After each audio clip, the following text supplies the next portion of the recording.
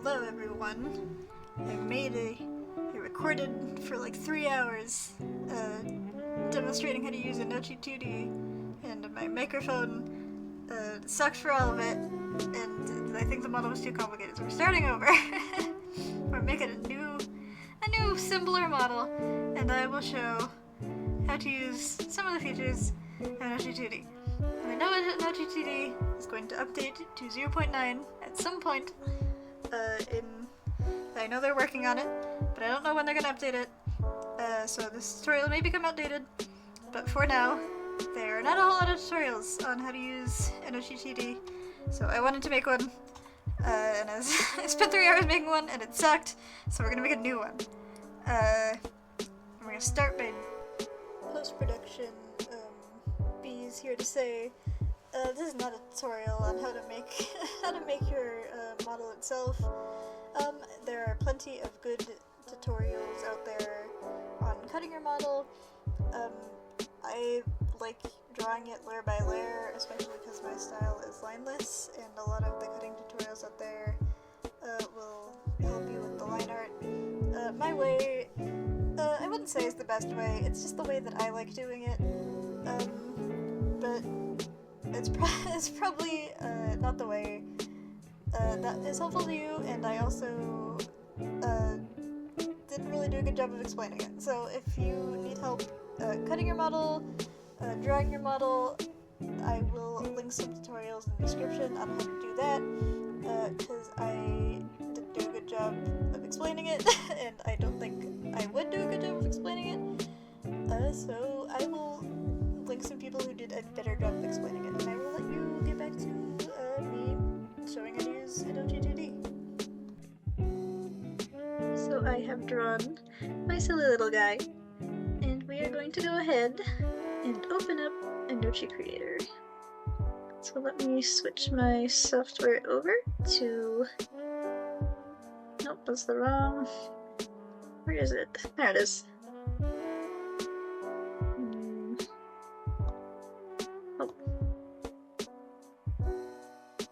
There we go. There I am.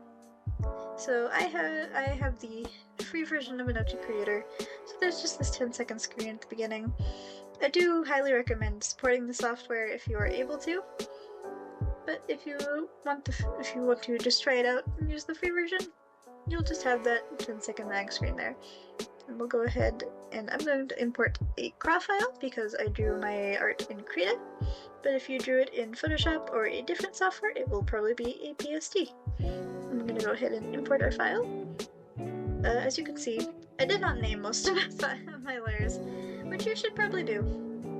But we will do that later. For now, we are going to organize our layers by right-clicking on the puppet. I'm going to add. Now you've got a couple options here. And I don't think I could accurately explain what a mask and a composite are, but the other ones, a node will basically give you a point to rotate your images from. For example, if you have like an ear, like these ears, we could put a node here, and we could rotate the ears from that point. So I think we should go ahead and do that. So we've got a node, we'll go ahead and move it to where we want the ear to rotate to. And we'll grab all of the earpieces, if we can find them. This is why we name our files. Let's see, layer 6. Put that under the node. Layer 26. Node. I think we're missing the back of the ear. You can find it there somewhere. This is why you should name your files and not just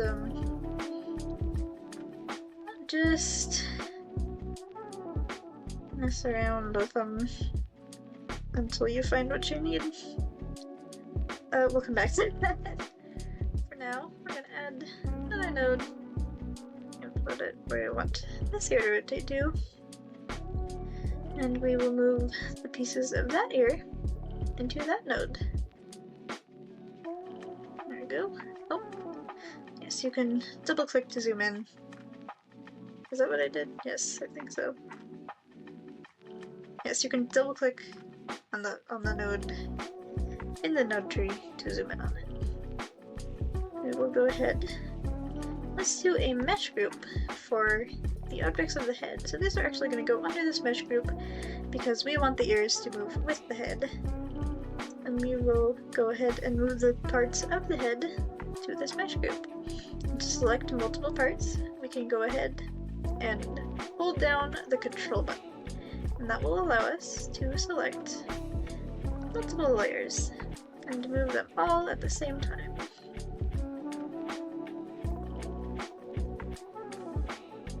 All this stuff. Oh, I clicked off of it. That is one thing. You can click off of it while you're doing it, and it'll go away. But that is okay. We will go back to clicking on our many layers, and we will go ahead and move all of them into that mesh group. And let's name this mesh group body. And let's add a mesh group in that one for specifically the head. And now we will go ahead and grab all the parts that are of the head and not of the body and put them in this mesh group. So let's go all these layers. I'm gonna stick them.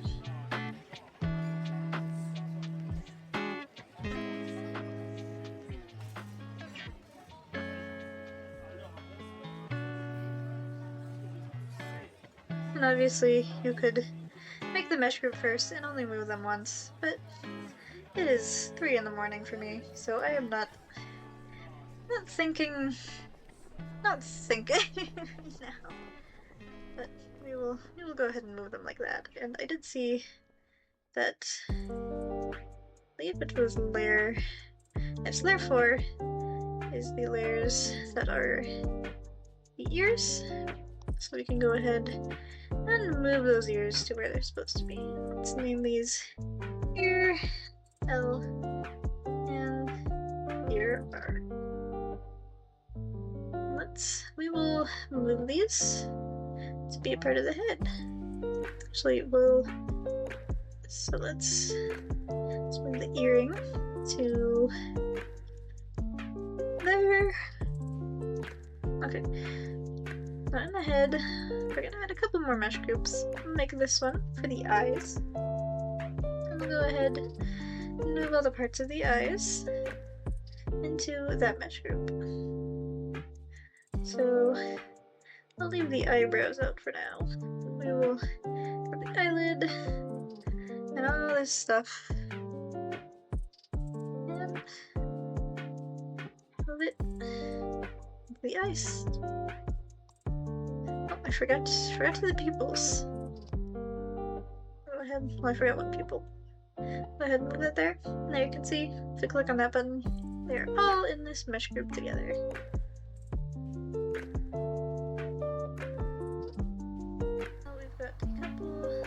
That are just layers of the head itself.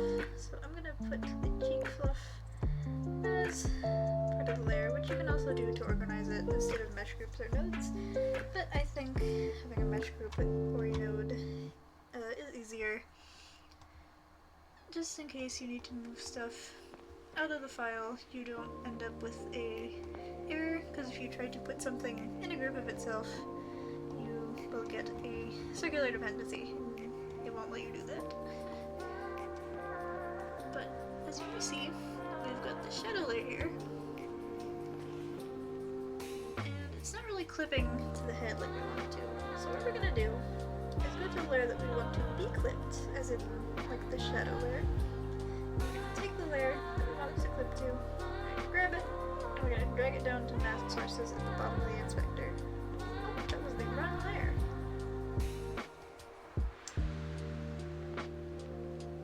It's layer 28. No, not layer 28. What layer was it on? Okay, it's paint layer 29. That is our shadow. And paint layer 2. That is our head. So we're going to go ahead to our shadow layer. And we're going to drag that head. And we're going to mask sources. And as you can see, it now clips to the head. I'm going to set the opacity to 50 on that. There is currently a bug with some computers where if you set it to a blending mode, it will not clip. But I know the devs are working on a fix for that.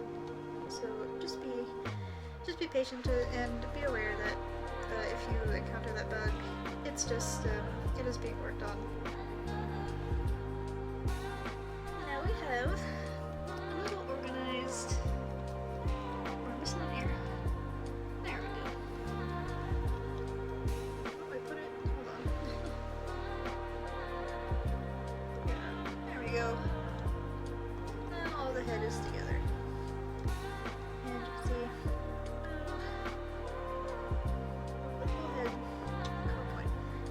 notice that all the layers have these little boxes around them. That is currently the mesh for the layers, but we're probably going to want to move them in more detail. So we're going to go down to this button right here that says Edit Mesh. And that will open this screen with that one part of it. Now what you can do is double click to add a vertice, or hold down Control and click once to add a vertice. But what you can also do is go up to this little circle in the corner here and click on that. And that will just automatically measure your object, which is very convenient. With these extra dots here, we can go ahead and delete these because we don't want them to connect up. And then we've got our piece. And now we have this mirrored piece over here that's the same as this one. And instead of meshing it again, we can go onto that piece, grab the mesh of the first layer, and drag it right where edit was. We can put copy and drag it down there. And then we've got these buttons to flip it as needed and apply it. And what we're also going to do up here is go to configure flip pairings. So we're going to take our paint layer with its mirror, and we're going to save that as a flip pairing. So anything you want to be symmetrical, you can go ahead and do that for those. But we will go ahead and continue meshing these for now. Go ahead and auto mesh these. And if you see here, we've got a couple extra lines. What we can do is just add a couple extra dots and then triangulate vertices. So you've got a couple more lines.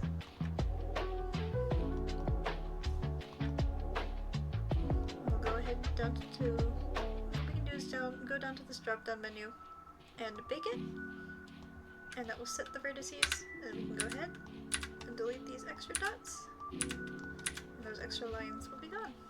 That was a trick I learned from Grillo on the Discord, who is very talented, and I believe is working as one of the coders on this software. Luna and Grillo and all the other coders are doing a wonderful job with this software, and I really appreciate them making something that is free and open source for anyone who wants to use it to be able to. So I'm going to go ahead and mesh anything that I think is going to move kind of freely. Anything that you're just going to squash and stretch and rotate, you don't need to mesh those. So for example, if I just wanted the mouth maybe to be like longer at some points and smaller at some points, I wouldn't really need to mesh it for those because I could just squash and stretch it. But if you want things to move around more naturally, you should mesh those layers. So I will go ahead and mesh the rest of these, which may take a little bit.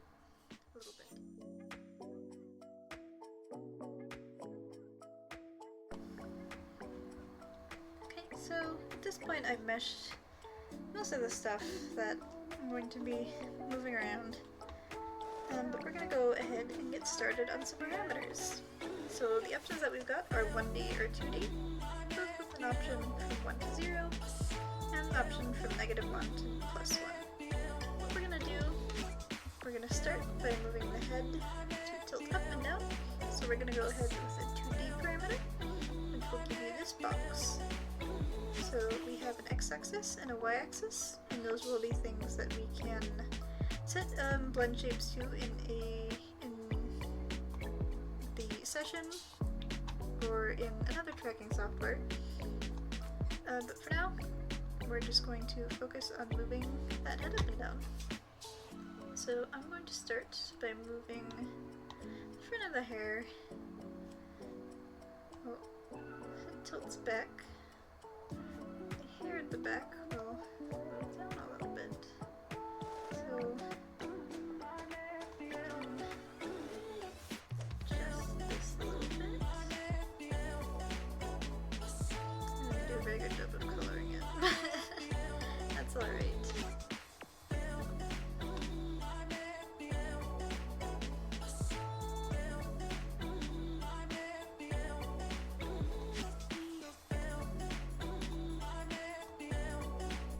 If you remember, we put our node right here. Ears. Since we're tilting the head back, I'm going to move the ears in a little bit. And you can also go to the finger flip pairings and add the two ears.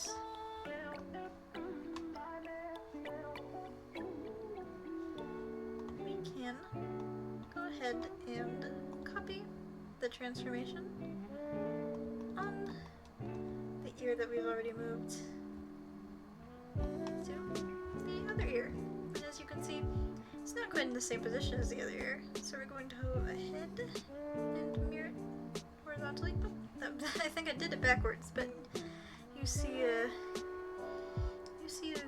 my point. Let's try that one more time.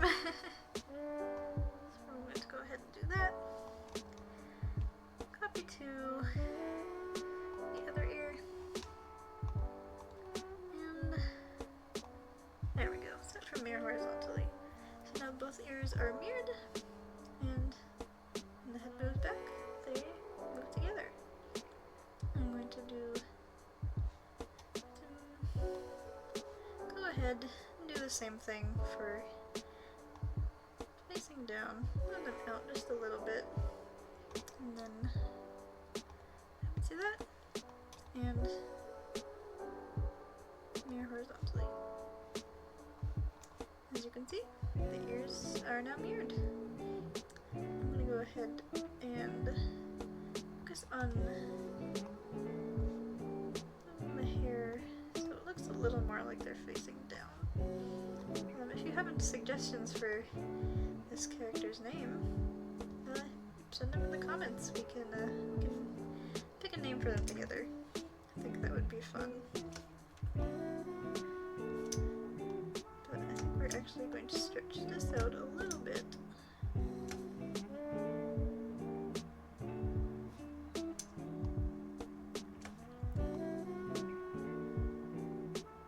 There we go.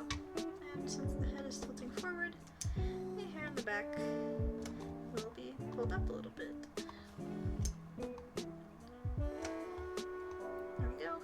Got a little bit of a tilt going on.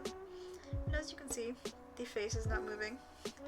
So we are going to go ahead, and for now, I think I forgot to mention, I am arming, I don't know what the right word is. I'm setting these positions by putting this arm parameter on. If you turn it off, you can see, you can move it freely. And any transformations I make will just be applied to that object and not the specific position of that object like these transformations are. But I'm going to go ahead and go to our mesh group for the eyes. I'm going to hit edit mesh, and I'm going to go ahead and mirror this horizontally and hold down control and go ahead and put some vertices around our eyes, a couple in there too, so we can get some more detail. And we're going to triangulate and apply. Now what we can do, we go back to arming our parameter. First of all, I'm going to move these up a little bit. Second of all, use this brush tool to move the eyes up a little bit more.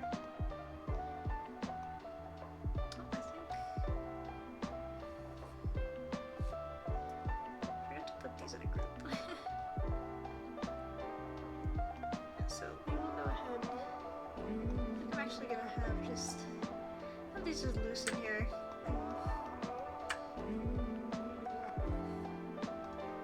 See, that's a circular dependency since the eyes mesh group is selected. I can't put it within itself. If I deselect it, it's fine. I can go ahead and do that. And I'm gonna go ahead and go to eyes in here.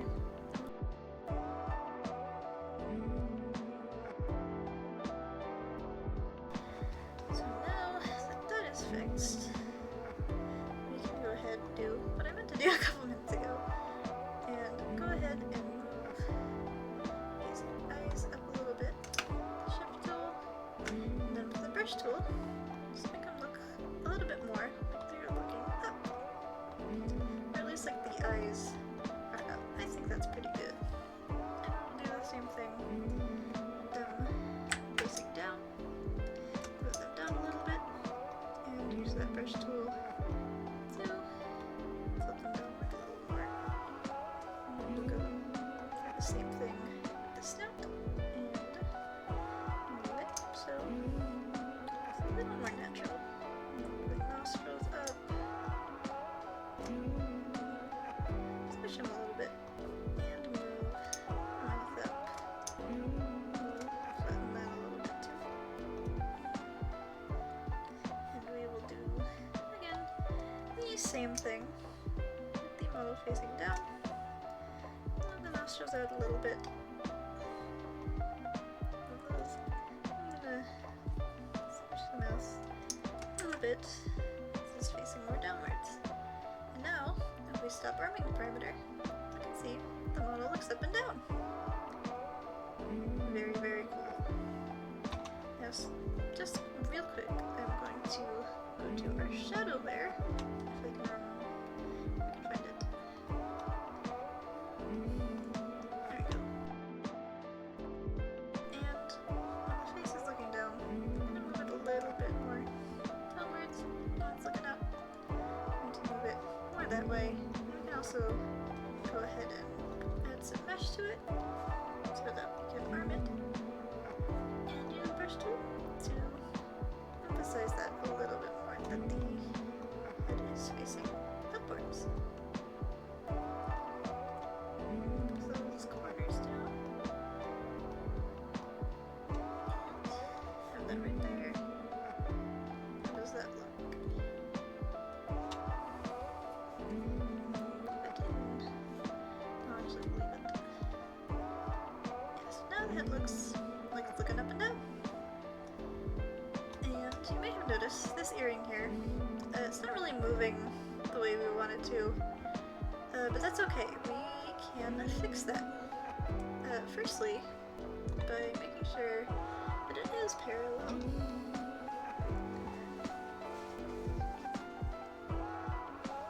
Actually, I think I will demonstrate on the hair first. We are going to use the physics parameter. So we're going to take a physics parameter and we'll go ahead and put it with the hair since we're applying it to the hair. And when the head looks up and down, we want it to move around a little more. So we're going to go ahead and add another parameter. And with this parameter, we're going to go ahead and adjust this hair so it's got a little more squish to it. We'll go ahead and move that there, and then when it's in the down position, we'll stretch it out a little more. Stretch it like that. And now, if we go ahead to our physics parameter, we will drag the parameter with our whatever motion that we want the object to have. We'll go ahead and put it there. As you can see, it's at the top of our parameter, and we will go ahead and switch it to XY instead.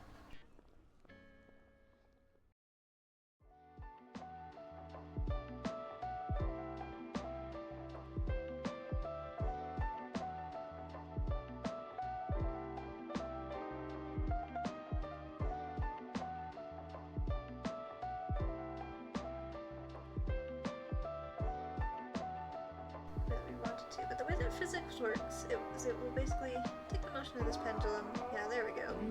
And it will, depending on on the mapping mode, where that pendulum is and how it swings will determine where on this map the position of that object is. You can see, if I move it around, the hair will move around. And once we add some more motion to this head, like moving it from left to right, we will see that parameter move around with the head. However now, it is just up and down, so we're not getting any motion from this. But I'm going to go to bed because it is 4:30 in the morning for me. Next time we will add some physics to this earring here, and we will see how that looks when it's going back and forth, since there is motion being applied to that earring. And make sure you save your project. Save as. Save as me. I'll put that down. And yeah, we will come back to rigging our project. Thank you.